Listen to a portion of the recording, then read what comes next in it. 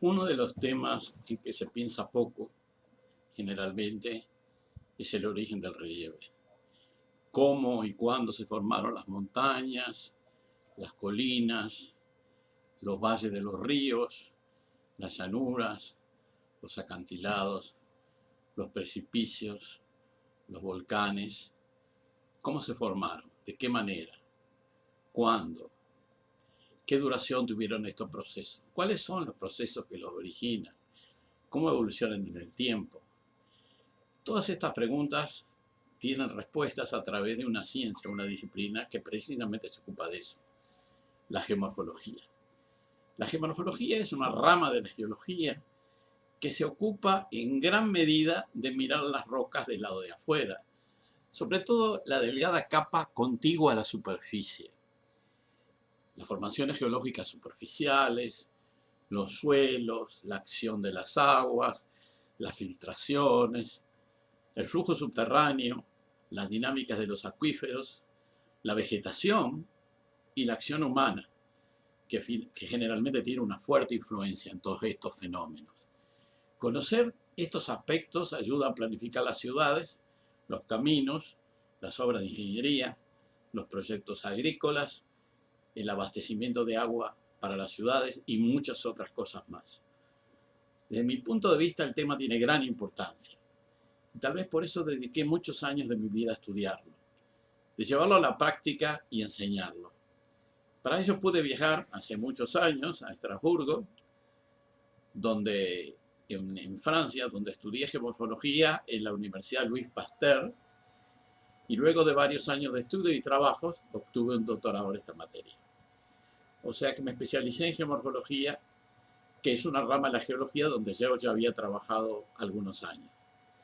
Después de eso, pude practicar la disciplina, trabajar en varios países del mundo, además de Uruguay, México, Canadá, Estados Unidos, Arabia, Colombia, y tuve proyectos en más de 40 países en todo el mundo.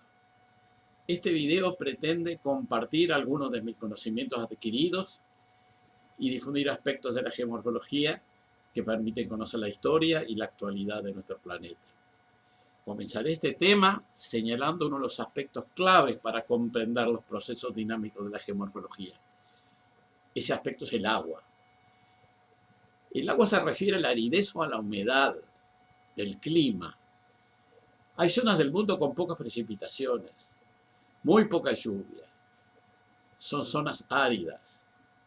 Y otras en donde las lluvias son abundantes, son muy abundantes, son lo que llamamos zonas húmedas. Esta diferencia entre áridas y húmedas da lugar a dos tipos de procesos completamente diferentes. Lo que llamaremos el sistema húmedo, o mejor, el sistema morfogenético húmedo, donde abunda el agua y la humedad, y el sistema árido o sistema morfogenético árido, donde hay escasez de agua la mayor parte del tiempo. También hay sistemas intermedios donde hay precipitaciones que pueden ser abundantes, pero tienen periodos de escasez. De todos estos tipos de sistemas hablaremos a continuación. El sistema morfogenético árido, o sistema geomorfológico árido, o los lugares áridos del planeta, están asociados a ambientes que tienen un déficit de humedad casi permanente, precipitaciones poco frecuentes y escasa densidad de la cobertura vegetal. A veces no hay vegetación o muy poca. Como resultado de estas características, son regiones en donde predominan los mecanismos de tipo árido. ¿Cuáles son los mecanismos de tipo árido? Bueno, los mecanismos de tipo árido son los siguientes. En primer lugar, hay ausencia casi total o escasez de cobertura vegetal durante largos periodos de tiempo, durante los cuales el suelo queda al descubierto. En segundo lugar, hay predominio del escurrimiento en el balance hídrico. Eso se da tanto en forma superficial como torrencial. A nivel de los interfluvios, o sea, de las colinas, la infiltración es en general reducida. Es decir, puede llover mucho a veces, pero el agua no se infiltra, el agua escurre, corre. Claro que esas lluvias pueden ser abundantes, pero son muy raras. Por lo tanto, en general, hay escasez de agua. La circulación del agua por debajo del suelo es muy escasa. Esa circulación se llama hipodérmica. Es muy escasa porque no hay un manto de alteración, un manto que oficie de reservorio, y hay escasísima infiltración. Entonces no hay agua a ese nivel o hay muy poca. Por esa razón hay una escasa contribución freática, lo que llamaríamos hipodérmica, a los cursos de agua. Ello también es aplicable a las napas más profundas. El aporte de las laderas y de los interfluvios es casi exclusivamente superficial, por intermedio de los torrentes o el escurrimiento discontinuo a lo largo de las laderas. Como consecuencia de ello, los cursos de agua dependen casi exclusivamente de las lluvias recientes para su alimentación. De allí la gran irregularidad del caudal de las vías fluviales, de los ríos. Grandes crecidas y grandes bajantes, que pueden llegar, y a menudo llegan, a que desaparezca totalmente el curso de agua poco después de la lluvia por un cierto tiempo hasta que llueve de nuevo. Predomina la meteorización física, o sea, la destrucción, desagregación de las rocas desde el punto de vista físico y no químico. Los materiales del sustrato expuestos en superficie se van desagregando de a poco físicamente. Esos procesos de desagregación y fractura de granos son frecuentes. A ese proceso de fractura de granos muchas veces se llama termoclastismo, porque se rompe por acción del enfriamiento y el calentamiento. El sustrato, o sea, la roca, no se altera con facilidad, es poco frecuente y nunca muy profunda. Hay ablación intensa en las laderas, o sea, erosión intensa en las laderas. Y también hay erosión en los pequeñísimos cursos de agua que están en las laderas. No los cursos de agua principales, sino los totalmente secundarios, que casi nunca tienen agua y que forman torrentes durante las lluvias. Ahí es intensa la erosión. El balance de ambas formas de erosión da lugar a la forma que tienen estas. Generalmente muestran formas amplias en forma de U abierta en la cima del interfluvio y formas de V en la base de la ladera. Como consecuencia de esta erosión, las laderas retroceden en forma rápida, manteniendo un estilo dependiente durante la evolución del paisaje. Hay un intenso aporte lateral a los ríos principales, a los valles principales, a los talves principales debido a dicha erosión.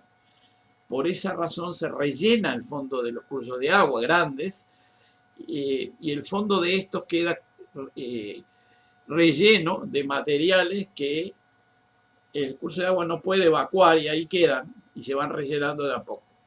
A ambos lados de la zona de relleno, en la zona aluvial, la zona fluvial, la zona donde está el río cuando llueve, se suele desarrollar una zona plana, suavemente inclinada, con un plano inclinado, hacia el eje del río, hacia el eje del valle, hacia el eje del talve, diremos, donde predominan los procesos de escurrimiento discontinuo y torrencial que se asocian al tránsito de gran parte de los materiales que provienen de las laderas. Dichas superficies se les llama glacis o pedimentos y pasan literalmente a conos coluviales de pie de monte. Hay pequeños conos con piedras y con cantos no muy rodados que se dan al pie de las laderas. Y cuando son torrentes más grandes hay verdaderos conos de deyección, se llaman, abanicos de piedras, que es el resultado de los efluentes gravillosos que salen de las zonas erosionadas. Esta zona de glacis es lo que queda de lo que anteriormente era una ladera en retroceso cuando ésta se retira. En este ambiente en que el suelo no está protegido por la vegetación, es normal que se desarrolle también la acción erosiva del viento. En este ambiente, el viento, la deflación, le llamamos a la erosión del viento, es frecuente, en especial en las planicies amplias de los ríos y en los glacis contiguos, en los pedimentos contiguos. Sin embargo, la acción del agua es muy importante y la del viento mucho menos, y es el agua la que determina qué tipo de formas hay, como son los pequeños valles, los grandes valles, los interfluvios, etc. La acción del viento se limita a una movilización de materiales finos, con construcción de formas de detalle, frecuentemente transitorias, a menudo destruidas en tiempo de lluvia. Las zonas áridas de transición al dominio hiperárido, es decir, en lugares donde nunca llueve, es el extremo del sistema árido, ahí sí las formas eólicas empiezan a persistir y a dar la tónica al estilo del paisaje. Hasta que se llega a un punto tal en donde la ausencia de precipitaciones es casi total. Y ahí la morfogénesis, la formación de relieve, es exclusivamente por el viento. Y la acción del viento genera un paisaje de amplia superficie, suavemente inclinada, irregulares en el detalle, y testigo de los antiguos interfluvios, de las antiguas colinas, relieves y cerros, y que quedan como pequeñas mesetas con laderas escarpadas y una zona cimera de la parte superior relativamente plana que le confiere a menudo el aspecto de mesetas. También quedan restos de antiguos cerros que han perdido la superficie antedicha y que aparecen como islas abruptas o pedregosas en la monotonía del paisaje circundante.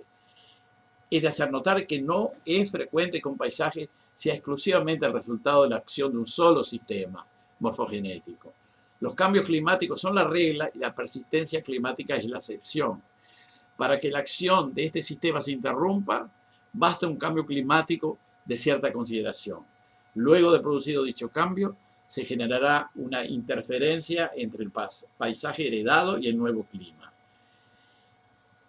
Esta sería un poco la síntesis del sistema morfogenético árido, que nos permite compararlo con el sistema morfogenético húmedo y se van a ver cuáles son las grandes diferencias que existen entre ambos y cómo la interferencia entre ambos sistemas termina dando lugar a los paisajes que conocemos.